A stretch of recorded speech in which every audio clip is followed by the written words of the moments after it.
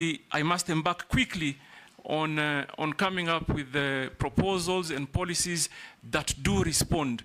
Because, Mr. Speaker, there is absolutely no way that our neighboring countries have surpassed by far the 10% mark on GDP contribution.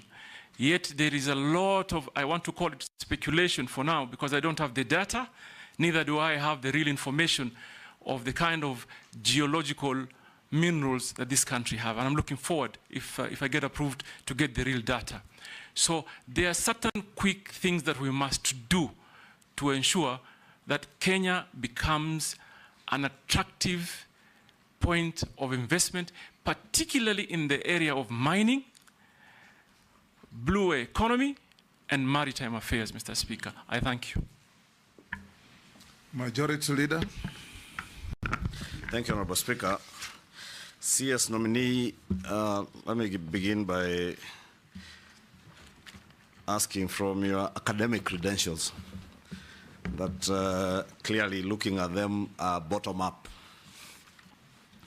And having said how you began your journey for getting your degrees all the way to Harvard, Kennedy, it's Kennedy what? Kennedy School of Government. School of Government. What would you tell young Kenyans who may have started off life like you in terms of being able to pursue academic credentials later in life? That would be one. Two, you come from a region where the blue economy, as you say, holds very huge potential to create employment. And I'm sure probably from your research you may have known that there have been efforts by the government since 2015, 2016 to try and get Kenyans to work in the Caribbean, but have had problems accessing visas to travel through the US. What will you do as Cabinet Secretary to ensure, one, that we are able to train as many young people to work in the maritime industry, because there is a very huge potential, as you say, to create jobs in that industry. What will you do to help Kenyans, one, train, two, access jobs, even outside the country? The other question would relate to the mining docket. There is a lot of unregulated and unlicensed and what would be tantamount to illegal mining around the country. What will you do as CS to ensure, one, that any player who is in the mining industry in Kenya is licensed and regulated? And that also involves things like quarries. You've seen the recent cases in Nairobi, in quarry here in Embakasi, where abandoned quarries are left unfilled. They have now become graveyards for criminals. They are dump sites. What will you do to make sure that anybody who is involved, even in quarrying, is one, taking care of the environment, especially in getting to refill many of these quarries, and that industry is well regulated and anybody and everybody engaged in it is licensed? Nominee.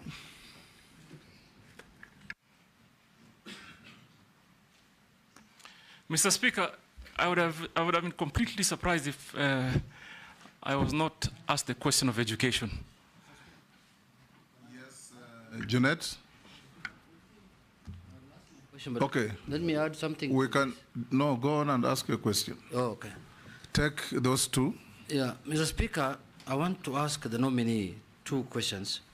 The first one, Mr. Speaker, just to add to what the majority leaders asked. This issue of the education background.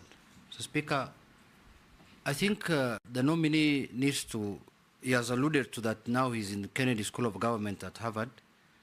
We want to ask him to clear this matter, because this matter, it comes up during elections and goes down after elections. It comes up during elections, goes away after elections, you win the election.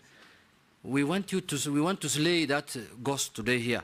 Can you share with us from the beginning to the end how it went? And my second question is that where I come from, Lake Victoria is next to it. What do you think what will you do as the Minister for Maritime to improve the lives of the people there in terms of fish industry? The fishing industry is almost collapsing. What programs do you think you will put in place to make sure that livelihoods are supported there by the people who are doing the fishing business or fishing in the Lake Victoria area? Chair, maybe since he had begun answering that one on academic credentials, besides what you would say CS nominee to young Kenyans, and from what Junet is saying, it's clear that many people who serve in public office suffer certain prejudices from Kenyans regarding their academic credentials and all that in your past. Probably you can contextualize that in that. I am certain there are many Kenyans who are surprised that you can even converse in English. There are many who are asking how you would be able to be vetted. I understand. You cannot converse in English. I understand, Mr. Speaker, and I must first of all say it is almost normal for people to cast doubt of Wapwanis. Sometimes, and Owen Bai and Mishi Boko probably will bear me witness. But we can and we are as qualified as any other Kenyan. Now, Mr. Speaker, I want to walk you through my educational journey and where I drew my inspiration. More than what you did? No. To respond to the question, Okay. I want to walk you through how I achieved what I achieved, and I'll continue to achieve. With brevity. Without a doubt. Mr. Speaker, first of all, I want to mention that I drew my inspiration from one Professor Ali Mazrui. Professor Ali Mazrui did not succeed in his Cambridge examination to be admitted in the university to attain his first degree. That aside, Mr. Speaker, I want to mention to this House. Ali Mazrui is one of the most renowned scholar and admirable scholars. We love him. He's one of our own from the He's coastal not region. just the coastals. I love him even more. I named one of my You must. I named one of my brothers Mazrui. Mr. Speaker, there is absolutely no way you cannot love Ali Mazrui, given his contribution to basically the general well-being of our society. But Mr. Speaker, this is the point. I want Kenyans to know that historical struggles are real. Are real. Someone should never imagine for a minute that if they come from places or spaces of comfort, that there may be a level playing field for everyone. Some of us come from very poor background. Mr. Speaker, if you look at my CV, you will see I actually had to take a break for 1 year, transiting from primary into secondary. Why did I do that? Because simply my parents couldn't afford school fees. I was not living in an environment that allowed me that opportunity to be able to quickly prosper in matters of education. That is why, Mr. Speaker, I can tell this committee today, and I want many Kenyans to listen to me. Do not ever imagine your hope dies by your previous struggles. We suffered. But what gives me pride is that we could turn that around. I actually turned it around.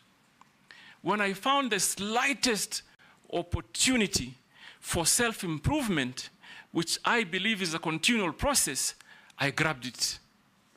And I'm glad to the laws of the country, laws of the land, there are processes that allows someone to improve and progress in matters of education. So yes, I did not do well in my secondary school. I got a D-, no doubt. But Mr. Speaker, I turned that around. Today, as I sit here, I hold 2 degrees that are before you. Mr. Speaker, I am on my pathway to attain a master's degree from the most prestigious university in the world. And that is achieved by determination. Mr. Speaker, I want to tell Junet, Honorable Junet, that first let me begin by telling Honorable Kimani Ichung'wah. Kimani Ichung'wah, I contributed to my own school fees in secondary school. I had an understanding at that time with my principal that he released me earlier than any other student because I needed to go work. And I did, and I contributed. At that point, what was my priority? To conclude KCSE. And I knew deep in my mind that I will always in my life have a chance to further pursue and acquire more knowledge. And like I said, I would have been very surprised if this question did not come up, because it comes up every time there's an opportunity for me to do something. Every time. It started when I was running for MP. It started when I was running for MP in 2007. Big conversation. And that time they even actually said that my nursery certification was fake, my kindergarten. But we succeeded. When I was running for governor, Mr. Speaker, and I'm saying this so that I hope we can bring this to a permanent closure. When I was running for governor in 2013, it also became one of the biggest campaign issues. I know there were even attempts to bribe some people in the institutions that I was with. Somebody once told me, someone came to me and told me, Bana, we've been told to suspend your degree, to purport we're undertaking some investigation, just to not to allow me to meet the required timeline to submit my papers. But we overcame that and moved on. Then, Mr. Speaker, you also will remember, because it is a matter of public knowledge, the administration of President Uhuru Kenyatta, particularly the first term, had quite some issues with me. So again, there were those who felt that they may have an opportunity now to permanently remove me from the political equation by dealing with my education credentials. So, Mr. Speaker, I report before this House, there is no government institution, be it Higher Learning Commission, DCI, EACC, even a judicial process that has not investigated my credentials. And I commit before this House. In fact, they should be looking at this space. Probably if we succeed, if you nominate me, and we do well, the next, if I'm approved, the next vetting, you should see a PhD, Mr. Speaker. I'm telling you, watch this space. If I come back here, if God wills, you approve me, we do some real work, better the lives of the Kenyan people, you'll call me Dr. Hassan Joho, the next one, sir. Mr. Speaker, on the other matters. Hold that. What was the outcome of the judicial challenge on your papers? Mr. Speaker, they lost. And I actually know who sponsored the process, but they lost. You cannot take what is rightfully mine. It's as simple as that. Go on and answer the other questions. So they lost. And I know, unfortunately, there's an old man there in Mombasa, an 82 old man who keeps sponsoring people to pursue the, and I'm sure probably... Focus on your suitability. Mr. Speaker, yes. I want to answer the question by Honorable Kimani Ichung'wah on the blue economy. And I want to combine it with maritime affairs. And I like the fact that you particularly picked on the job opportunities. Mr. Speaker, this ministry is a wealth creation ministry. This ministry is a great employment creation ministry. Now, just to give you some statistics, today, the global demand on seafarers is almost at 1.9 million. We in Kenya are contributing barely 0.2%. So out of, basically what I'm saying is out of the 1.9 million, we have just about 4,000 Kenyans that are getting into the industry by way of employment. Now, what are we going to do to change that? Number one, we must redesign our training program to fit into the demand of that opportunity. And I know there's quite some work that was done previously and continues to be done, but we may need to have a conversation. And if approved, I'm going to be running back quickly to this august house to engage honorable members on realigning the policies around training to be able to fit the demands. And I pick particular example. If you train someone to board a vessel, how you earn or how you get opportunity to be employed is almost similar to that of a pilot. So even as we see today, we have probably a good standard of training issued or undertaken at the Bandari Maritime Academy. But Mr. Speaker, everybody that graduates from Bandari Academy does not automatically qualify to get a job because they don't have something called sea time. They don't have sea time. They have no avenues to get sea time. So that for me is a matter of urgent intervention to ensure we combine our training with sea time, even if it's just basic. Nobody will employ you if you have never been on board a sea. So that is one area of policy realignment that I'm going to have to engage this Honorable House. The other important area, Mr. Speaker, if you look at the statistics today, countries like Liberia are carrying 100 or plus more folds of their flag in vessels. We in Kenya, we're just about 5. From what I've heard from private sector, I've engaged the shipping industry, and I have been told, Mr. Speaker, the vessels that are carrying our flag are just about 5. What this therefore means is that our young people cannot get an opportunity because there is no level playing field. What do we need to do? Look at the policies. What is Liberia doing that is right that we can't do? What is it? Because we have so many vessels calling into our ships. What a local flag means, Your Excellency, is that the revenues generated, first of all, from the vessel will land in Kenya. Priority in terms of job opportunities will be for Kenyans.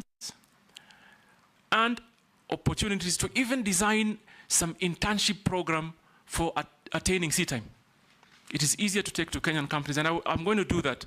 I think, Mr. Speaker, and I'm clear about it. Let me say I'm clear about it. If you approve my nomination, I will hit the ground running. It certainly shall not be business as usual. It will not, because I see. And by the way, Mr. Speaker, so that I give you the context on how and why it is urgent that we quickly realign policies that conform to the needs, it is because seafarer, by all standards, qualifies to be a prestigious job. There's no seafarer, at whatever cadre, there's nobody who earns less than $1,000. So, Mr. Speaker, I'll quickly run. The other question is on the fishing folk, and Mr. Junet, Honorable Junet, talked particularly on the lake areas, and I'm imagining he's looked at the demography well, because I was just looking at some statistics. And I looked lake areas from Muhuru Bay, you pass Siaya into Soiport, Sioport in Busia, and the numbers that are produced. Nothing justifies that our neighboring countries are processing more. Understood that they may have a lot of, the area might be wider, but they're processing 100-folds more, particularly for export. What do we need to do? And I've seen this problem, for example, in the fisher folk and artisan fishermen in the coastal region, from Kiunga to Lunga. And government has put some effort. Let me just acknowledge. Government so far has given boats and some storage facility. And they're building landing sites that are some complete and some yet to be complete. But that alone doesn't solve the issue. There is the issue of capacity building. These fisher folks, these artisan fishermen and women should be trained. Should be trained in how many fronts? One, processing, basic business skills,